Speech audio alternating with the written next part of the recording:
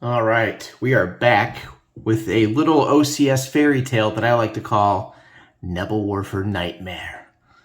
I've been looking at a lot of these rocket artillery units. These don't always represent necessarily Nebelwerfers. It's rocket artillery technically. But I look at some of these in the late war games and the values are just insane.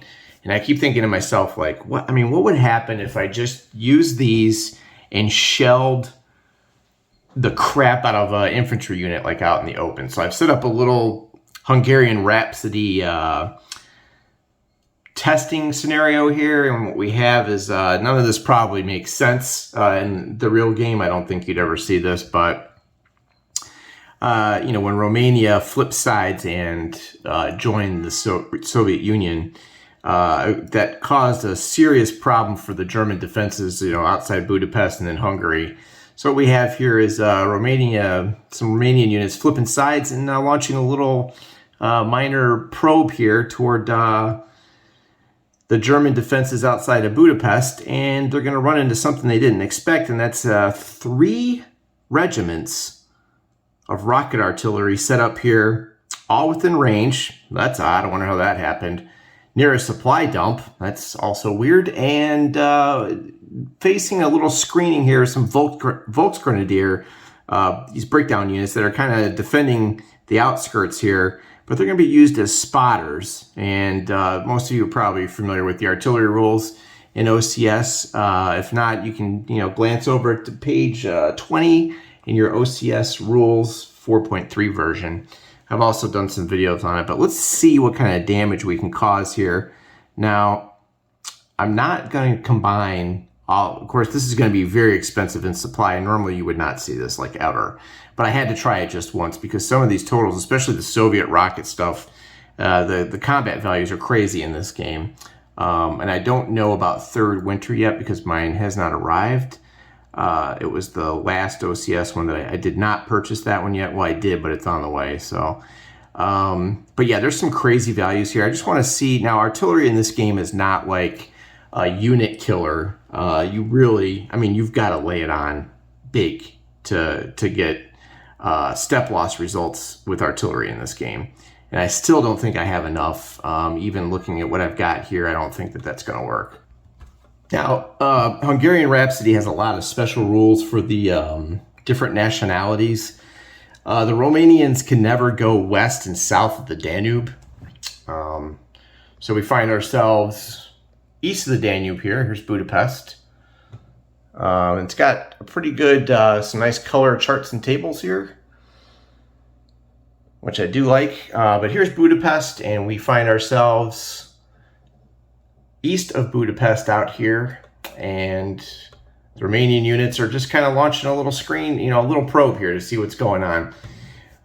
In the barrage segment, you'll be finding ourselves in the German combat phase during the artillery barrage segment, and you can find that on page 3 of your 4.3 rulebook. Again, this is just a little fun test. I couldn't resist. I just could not resist. Just let's see what happens. Okay, it takes a lot. You really got to come down with about 117 plus barrage factor, and then you have to roll really well. So if you look at this table, and I've gone over this in another video, you're gonna have to roll 12 and really just be off the chart. For just a 3-step loss here. So I'll probably end up getting a lot of DGs here, but let's see what happens, and maybe I can get a kill or a step loss. So these are 2 RE divisions, Romanian 9th and the 8th. So they can take step losses, and some of the modifiers for this, for the barrage, there's a density modifier, which we're not going to really be seeing anything great for these shifts. Again, you got to have either 1 RE or less or greater than 3, and we're looking at 2. So this is going to be a pretty bog standard roll, and this is German HQ. And then we have a supply dump here with 5 SPs, which I think would be 20 tokens, 20 T. That breaks down. It's 4 per each SP. So let's see what happens here. Let's do our procedure and find out what kind of damage we can cause. Now naturally I'm going to throw 2 at this one and then a 21, and we're going to shell. Range of 2 here, we're going to shell this one. The Volksgrenadiers are going to be the spotters. And let's see what we can do to stop those pesky Romanians after they flip sides there and betray the Germans. Let's find out. Some common rules to remember is only 1 barrage per hex is allowed. And there's some exceptions for that, like anti-ship barrages and hip shoots. And a unit can only barrage once per phase and cannot split its strength or fire at less than the printed strength. Now there is a optional rule for Hungarian Rhapsody. And if you have your Hungarian Rhapsody game-specific rulebook, if you look on page 9, there's an optional rule called Barrage Table Player Choice. And for any barrage that you do, you can choose the column on the table limited only by the barrage strength available. So you can actually fire a barrage less than, at a lower strength than what you're using. And again, that's an optional rule. It's kind of a cool rule, but I mean here, I don't really want to do that. I want to blow it all out, and I'm not going to, use less. So, but just be aware of that optional rule. I think it's like 4.0G or something like that.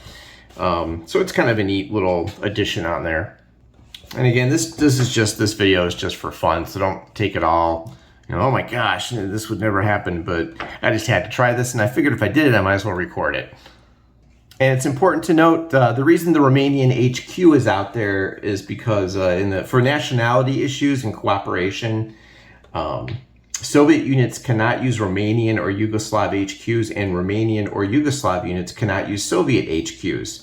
So I put the Romanian HQ out there just to make sure everything was legal. And the 3 nationalities, though, the Czech, Romanian, Yugoslav, and Soviet, they can stack barrage and attack together. So it's kind of weird. You kind of have to have your HQs placed right, and then only Soviet units can spot for Soviet air and artillery units, and only Romanian units can spot for Romanian air and artillery units. So just be aware of that. That'll be on page 8 of your Hungarian Rhapsody game-specific book. All right, the first barrage we're going to do, say we go through, combat, and we get down to the combat phase, and it's barrage time. And the first one we're going to do here is a 42, lobbing 2 hexes over to here. So it's a 42 strength, and that will cost us, it's going to put us just barely under here. It's going to be 6 tokens of supply. 6. All right, so after we pay for that, we're going to have 4 and 2 tokens left over, right? Because each SP is 4, and we had to use 6. So I'm just going to kind of leave these side by side here so you can see that it's very expensive to do this kind of shelling.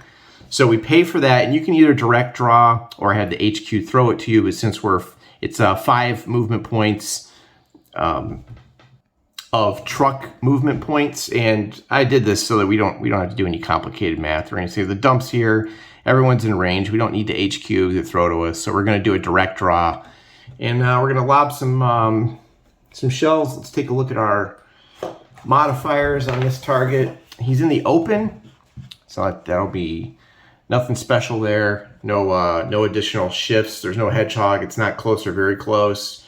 None of these. We do have a spotter. There's no density shift because the none is greater than a 1 or up to 3. So we're at 2 right there. So this is a pretty straight generic roll, which is kind of the way I set it up. Okay. All right. There's no column shifts. Let's take a look and see what we get. I'm going to roll some dice here.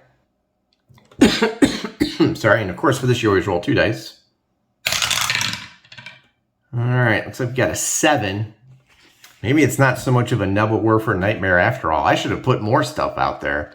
Just like a hole, just all the way down the railroad tracks, maybe.